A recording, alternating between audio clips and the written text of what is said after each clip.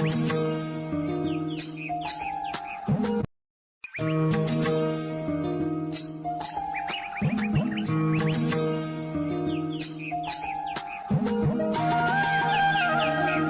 Everyone, আসসালামু আলাইকুম। Hope you all are doing well. আর দেখতেই পাচ্ছেন এখানে আমি রেডি হয়ে নিয়েছি। তো এই ব্লগ ভিডিওটা করা ছিল প্রায় অনেক দিন আগের। এটা মূলত ছিল ঈদের পরের দিনের ভিডিও। তো এতদিন সময় হয়ে ওঠেনি, তাই ভিডিওটা এডিট করতেও পারিনি আর আপনাদের সাথে শেয়ারও করতে পারিনি। তো কিছু কিছু ছোট ছোট আকারে আমি এটার ক্লিপসগুলো শেয়ার করেছি। তো এখানে হচ্ছে আমি ঈদের পরের দিন আমার হাজব্যান্ডের কাছ থেকে সালামি নিচ্ছিলাম। তো উনি ভাবতে পারেনি যে হঠাৎই এসে ওনাকে আমি সালাম করব। তো উনি আমাকে সালামি টাকা দিচ্ছে, এখানে ১,০০০ টাকা দিল। তো আমি ওনাকে বললাম, দেখেন ভিডিও হচ্ছে, আপনি কিন্তু ১,০০০ টাকার একটু বেশি দেন, নয়তো কিন্তু মানুষ খারাপ বলবে। তো না, বেচারা ১,০০০ টাকার ১ টাকাও আমাকে বেশি দিল না। আর এই তো এখানে উনি আমাকে চুড়ি পরিয়ে দিচ্ছিল। উনি হচ্ছে, আমি ছোট ছোট যে বিষয়গুলোতে অনেক বেশি আনন্দ পাই, সেই বিষয়গুলো বা সেই কাজটা করতে উনি খুবই পছন্দ করে। এই জন্য ওনাকে আমার অনেক বেশি ভালো লাগে। তো এখানে এসে এখন অনেকেই কমেন্ট করবে, বিয়ের পরে এত রং ঢং চলে না। আমি বলি কি জানেন, স্বামীর যদি শখের বউ হতে পারেন, বিয়ের পর রং ঢংটা আরও বেশি বেড়ে যায়। আর আমি আমার প্রায়শই ভিডিওর মধ্যে হচ্ছে আমার ফলোয়ার বা সাবস্ক্রাইবাররা তাদের জীবন কাহিনীগুলো আমাকে লিখে পাঠায়। তারপর আমি সেই কাহিনীগুলো আমার ভিডিওর মাঝখানে বলে বলে শেয়ার করি।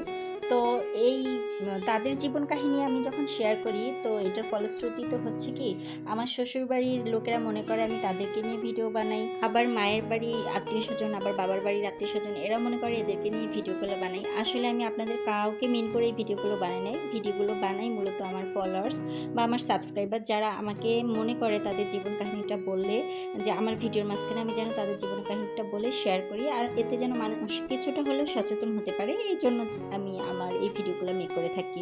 ওই সকল জীবন কাহিনীর সাথে আমার জীবনের কোনো মিল নেই। তো অনেক যারা ইউটিউবে আমার ভিডিওগুলো দেখে, আমি দেখলাম যে তারা আমাকে মেসেজে লেখে, আপু আপনার জীবনে এত কষ্ট, এত দুঃখ, মানে খুব খারাপ লাগতেছে আপু, আপনি এখন কোথায় আছেন। তো আমি মূলত ওগুলো আমার জীবনের সাথে একেবারেই মিল নেই। আপনারা সবসময় দোয়া করবেন। আলহামদুলিল্লাহ আমি সবসময় ভালো আছি। আমার হাজব্যান্ডকে সাথে নিয়ে আমি সারাটা জীবন ভালো থাকতে চাই। আর এমনিতে আমি মাঝে মাঝে কিছু স্যাড পোস্ট করি, যাতে করে আমার চ্যানেলের মধ্যে যারা সিসি ক্যামেরার মতো সারাক্ষণ চোখ লাগিয়ে রাখে আর কুটনামি করার জন্য উৎপত্তি থাকে, তাদের খুশি করানোর জন্য মাঝে মাঝে আমি কিছুটা স্যাড পোস্ট করি, যেন তারা একটু খুশি হয়। আমার ভিডিওগুলো দেখে, আমার কথাগুলো শুনে যেন তারা একটু খুশি হয়, না রে মুখটা অনেক কষ্টে আছে। তো তোমাদের খুশি করার জন্য আমি মাঝে মাঝে স্যাড পোস্টগুলো দেই। তো যাই হোক, আজকে অনেক কথা ক্লিয়ার করলাম। এরপরেও যদি কেউ ক্লিয়ার না হয়ে থাকেন, ভাই আমার কিছু করার নেই। এখন এটা হচ্ছে আমার একটা প্রফেশন। আমি ইউটিউবে আর ফেসবুকে ভিডিও আপলোড করে ইনকাম করি, এটা হচ্ছে আমার প্রফেশন। তো আমি ভিডিও করেই যাব, এটা নিয়ে যদি কারো মাথা ব্যথা থাকে তো আই ডোন্ট কেয়ার। তো ওদিন চলে গিয়েছিলাম 300 ফিট শাকিলার হাতের চাপটি আর সেই সাথে হচ্ছে হাঁসের ভুনা খেতে। তো আমার অনেক দিনের ইচ্ছা ছিল আমি শাকিলার সাথে একটু ভিডিও করব। তো এই তো দেখতে দেখতে আমরা 300 ফিট চলেও এসেছি। আর আজকে আমি বেশি কথা বলবো না। আর এটি হচ্ছে শাকিলার পিঠাঘর, মানে হচ্ছে শাকিলার দোকান। তো এখানে আমরা এখন নামবো। তো এই হচ্ছে সেই ভাইরাল শাকিলা, চলে এসেছি তার দোকানে। তোমাকে অনেক দিনের দেখার ইচ্ছা ছিল, আয়সা পড়ছি।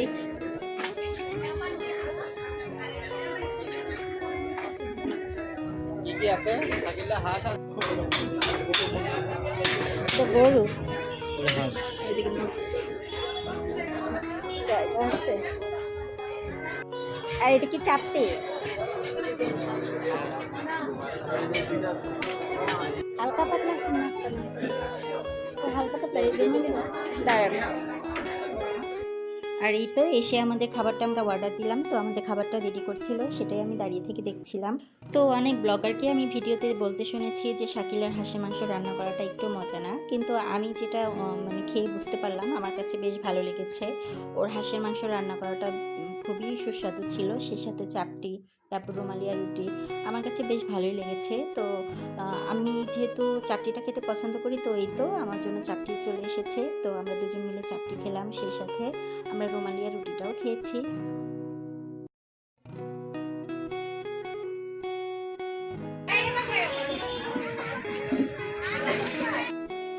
তো এই তো আমরা খাওয়া দাওয়া শেষ করতে না করতে এখানে দেখতে পেলাম যে অনেকগুলো চ্যানেলের, মনে হচ্ছে এগুলো ইউটিউবার, তো ওরা আসলো শাকিলার সাথে ভিডিও করার জন্য।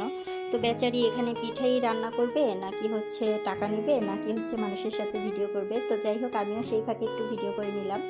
তো ওকে বললাম যে এটা আমি আমার চ্যানেলে আপলোড করব, তো কোনো সমস্যা নেই। তো ও বললো যে না কোনো সমস্যা নেই। তো এই তো আমাদের খাওয়া দাওয়া শেষ করে আমি ওর সাথে একটু ভিডিও ক্লিপ নিলাম, নেওয়া শেষ করে তারপর ওকে বিলটা দিয়ে তারপর এখন আমরা চলে আসবো।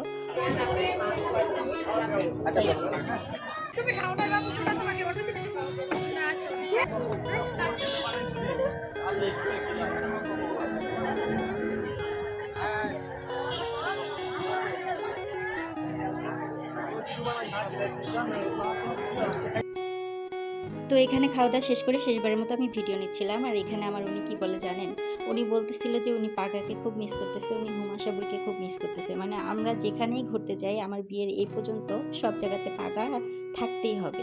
অনেক মিস করছি। পাগারে মিস করা লাগবে না। হুমাশা বুড়িকে অনেক মিস করছি। আর হুমাশা বুড়ি।